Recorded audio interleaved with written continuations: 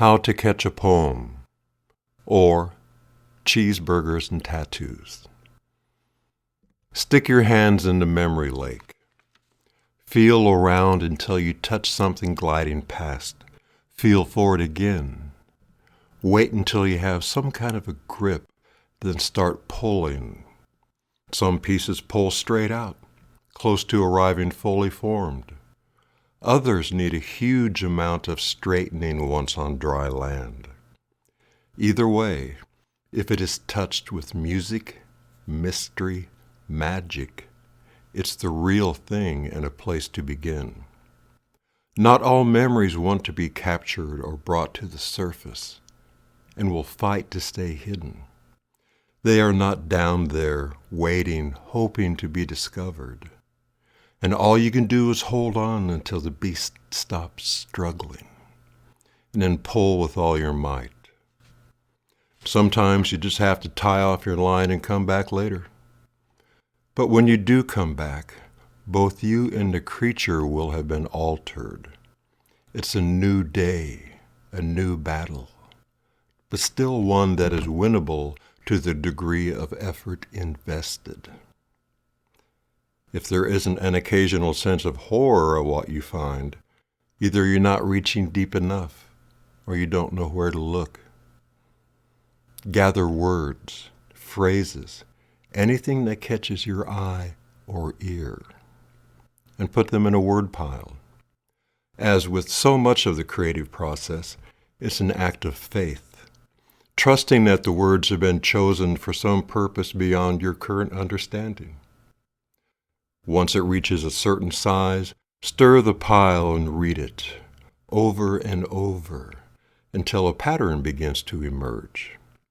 With this essentially being a compost pile, the phrases begin to break down over time, reform, remake themselves. Some disappear completely as they combine with others. Their purpose, unknown at the time of their reception, having been to act as catalysts, but their flavors remain. The words that are meant to come together will eventually find themselves, and fresh creatures emerge. Some will be deformed, unable to stand, but the best will be strange and strong. Do not strive to catch an invisible fish on a see-through hook with a non-existent line. How would you know if you did catch it? What value could it be to another?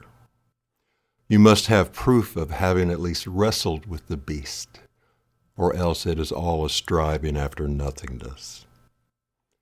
There is a personal and an impersonal aspect to life and all of existence. We are driven by infinite longing within a finite existence, a dynamic force that travels through space and time. Press your fingers against your heart, and a bulge appears in the rings of Saturn.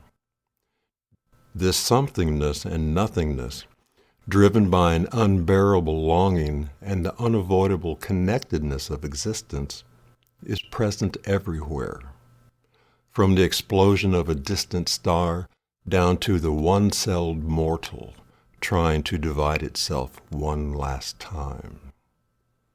Strive to catch the elusive fish with a hook and line, so strong that the reader can see the unseeable, touch the untouchable. For nothingness is always wrapped in the actual, and for art to succeed, it must be two. Every living creature, every living inclination, every ounce of matter contains the impersonally vast force that lies behind our shared existence, but is also furred and muscled with the visible. Some are hypnotized by the mere somethingness of life and fail to include the mystery. Both approaches are off balance. The striving for nothingness with nothingness, the embracing of the obvious with the obvious. For the spark to land on your creations, for someone to be able to say it's alive and have it be true, your art must be a vessel, able to contain at its core the eternal void of life while presenting a knowable face. Without the Spirit made flesh, where would we be?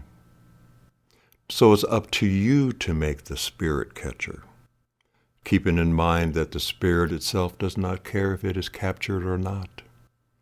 And you can't do that if your workshop contains, on the one hand, nothing but longing and emptiness, or, at the other extreme, only cheeseburgers and tattoos.